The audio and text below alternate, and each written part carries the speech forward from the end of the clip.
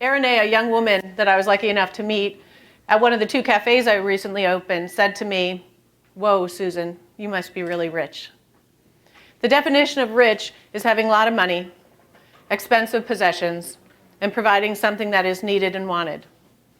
So I embarrassingly had to say to her, "Irene, I actually am really rich." But I told her I didn't start out that way.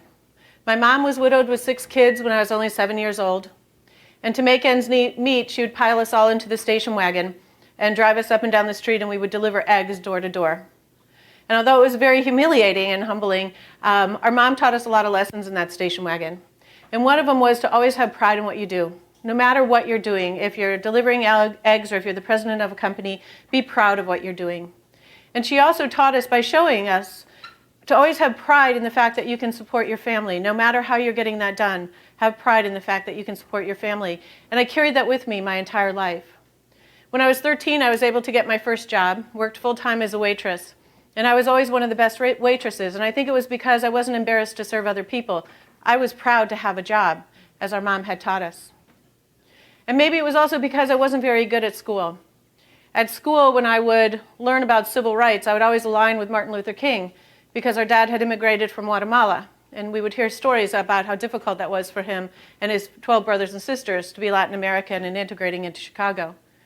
And when I would turn in my book reports, I always got C's and D's, primarily those D's, because I just saw things different than other kids. I know now that I saw things differently because I was being raised by a single mother with the last name of Garcia and 6 little kids running around. But back then, we were graded on what we produced, and I was always graded on the D scale, and I assumed that I was dumb. So when I graduated high school, I didn't go to college, obviously. And I took a number of different waitressing jobs. I was a waitress in a Swedish place where I wore those cute little outfits. I was in a country club. I had the white apron with the ruffles. I was in a Chinese restaurant. I had the Nehru collar going on. But I think it was when I hit a sort of a point of low when I was working at Mr. Donut from 11 o'clock at night until 7 in the morning. And sitting on a sack of flour at about 4 o'clock in the morning, I said to myself, you clearly can do better than this. So I signed up for a college course, How to Open Your Own Business.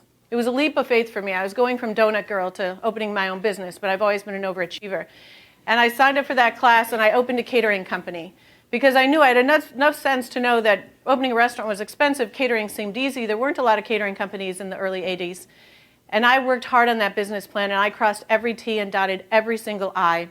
And I balanced my balance sheet, and I'd profited my profit and loss. So I was shocked when I returned my paper, and she gave it back to me with a D. Another dumb. And although very shy and non-confrontational, I had to ask her why. And she told me I didn't bring enough money to the bottom line. And I asked her if she'd actually read the paper, because in the paper I said I wasn't actually opening it to make money. That was going to be my second or third business. I was opening this catering company so my brothers and sisters would have somewhere to work, my younger brothers and sisters, and so they could work, make money, and put themselves through college, unlike I could do. And she said that was no reason to open a business. And I walked away with my ego crushed, my dream shattered. But I learned a really important lesson that day. I learned that our society's idea of wealth was very different than my mom's idea of wealth. It wasn't just providing for your family and being proud of what you did. It was bringing in a lot of money to that bottom line. It was being rich with a lot of zeros after it. So always trying to do things right, only knowing how to waitress. I got a waitressing job at a great organization with the potential for growth. And I was a great waitress, and then I became a bartender, and then I became a cook, and there were very few cooks in the kitchen at that time. And then I was elevated at the age of 23 to what I think was probably the most prestigious job in the city of Chicago, certainly for a 23-year-old. I became the director of catering at Chicago Pump Room. And I thought I had hit the top rung. And thinking back on it, even then, I thought it was pretty funny because I'd actually never directed anyone, and I'd never catered. I only had a paper that proved that I couldn't do it. But I learned, and I think they saw in me what I didn't see, that at least I loved to learn, and I was always willing to learn and grow. And I was so excited because at the age of 23, I had found out what my career was going to be. I wasn't going to do the college path, but I had a career path. I was going to become a partner in this company. As I continued to learn, though, I learned that a girl who was hired the exact same time I was making $10,000 more than I was because she had a college degree. And that day I turned in my month's notice. You probably think I went to college, but I didn't. I pulled down that deep business plan, and I partnered with my sister Nancy and my brother-in-law Kurt, and we started a catering company. We funded it with $300. We each put $100 in a pot. We had a broken down minivan, huge vision and great work ethic. And we grew our company to be one of the top 3 catering companies in the city of Chicago. Food for Thought still exists at that level, and I'm so proud that it's a company that I built. We had start with the $300. We built our revenues to over $22 million in sales, and we merged with a restaurant division that had 20 cafes.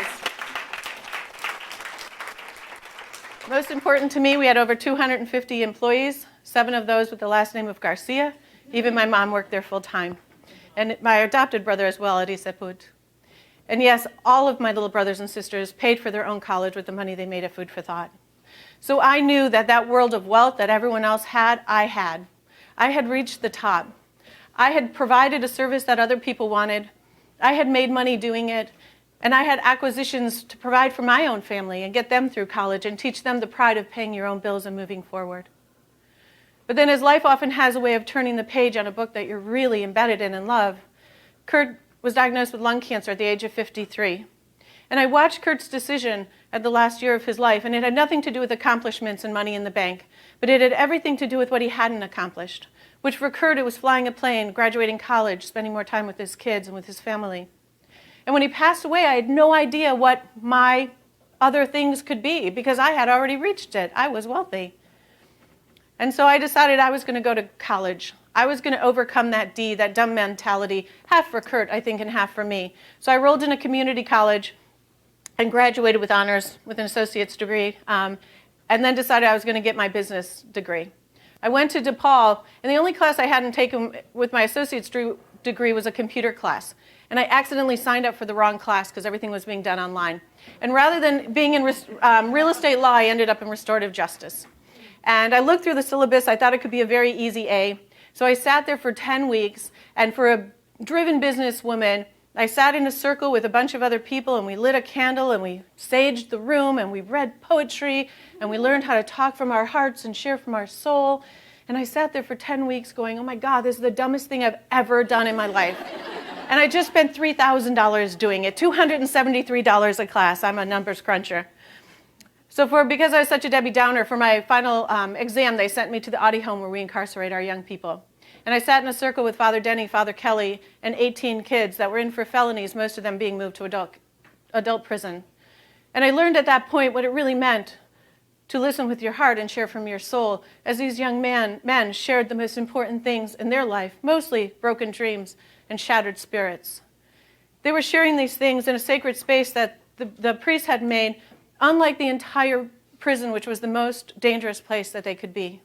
I knew that day I was going to shift my world of wealth into something else. I ended up opening another business because I knew I couldn't make money on that silly thing, but I sat in circle with the kids a lot. And every time I would ask them, what could we do as a society so that you wouldn't have ended up in prison? And they all told me the same thing. If we had a job, we wouldn't have done the insert dumb teenage decision. And I thought that was an easy fix, except you can't get a job, they told me, without an ID. And you can't get an ID without a social security number. Can't get a social security number without an ID. And coming out of prison with a 5th grade education, that was pretty difficult to navigate. So I asked them, why don't you just stay in the house? Stop hanging out on the street. If they were even lucky enough to get home, because I learned that when we send our kids out of 26 in California, or around the block where they come from, we only give them a bus card that takes them 5 or 10 miles down the street, yet they live 20 miles away. So if they're lucky enough to get home, they told me they can't stay where their parents live, their mothers live, their grandmothers live, because if you have a felony, you can't stay in subsidized housing. So all these kids quickly become homeless. And we have some amazing gangs that are willing to take care of that issue. I asked them why they didn't get an apartment. Oftentimes they had rolls of money, and they said, you can't get an apartment without a bank account. You can't get a bank account without an ID. You can't get an ID without a social security number. You can't get any without an address, which always sounded like a really bad sketch to me, but there was no punchline. So I challenged them to go back to school.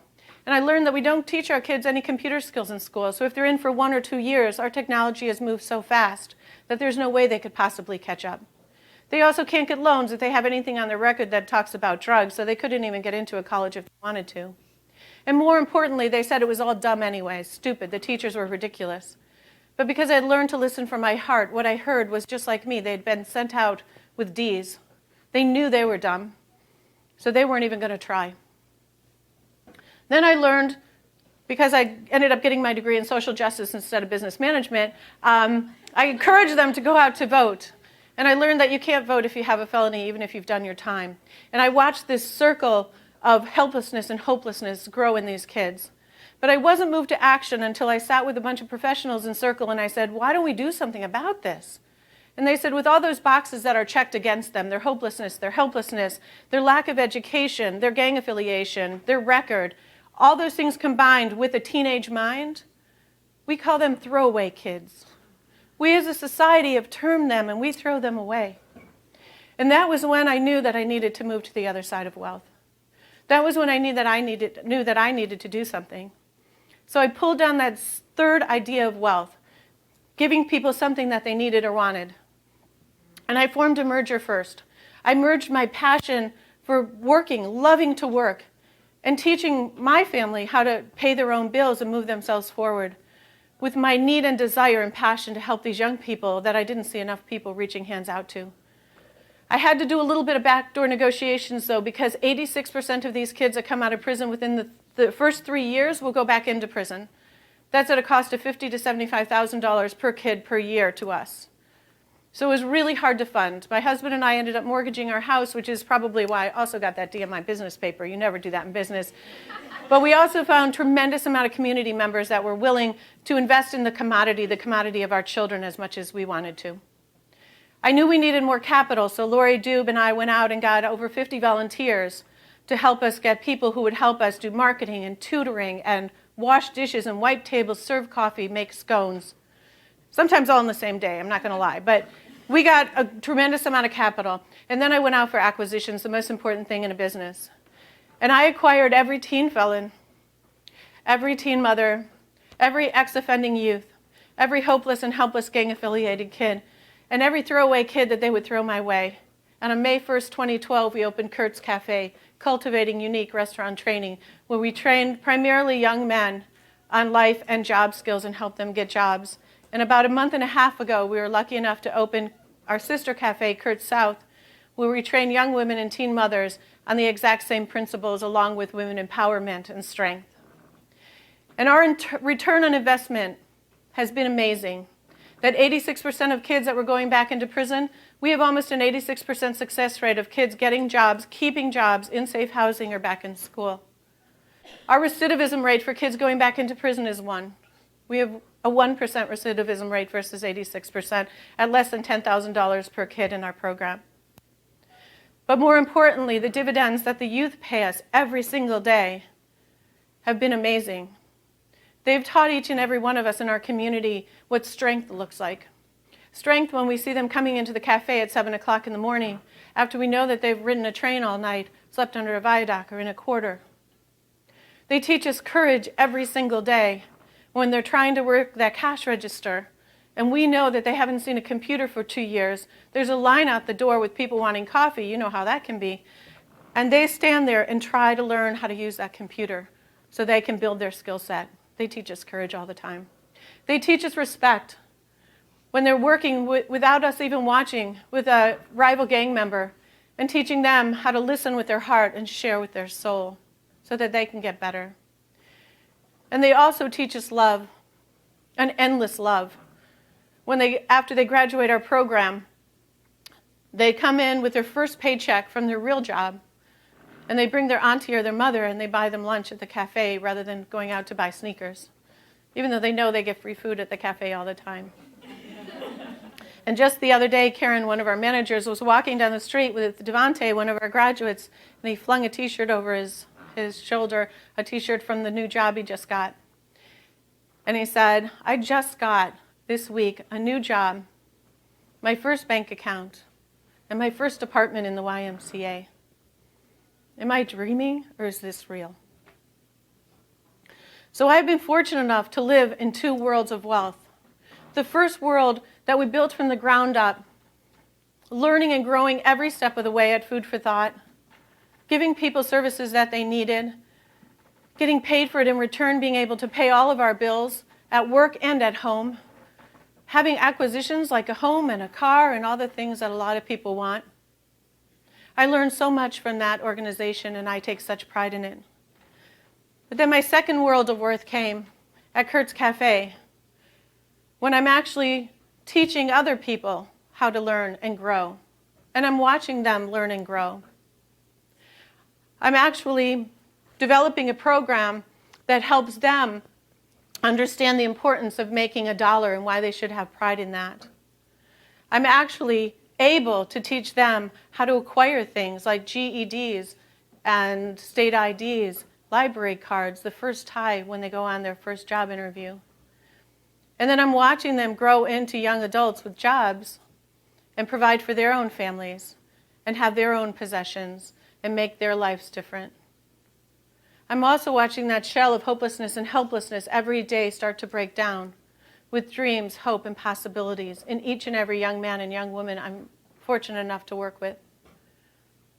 So at Kurt's Cafe, unlike Food for Thought, we can't always pay our bills. My portfolio has certainly looked better. But I had great confidence when I told Arene, I am rich. I've actually never been richer. Thank you.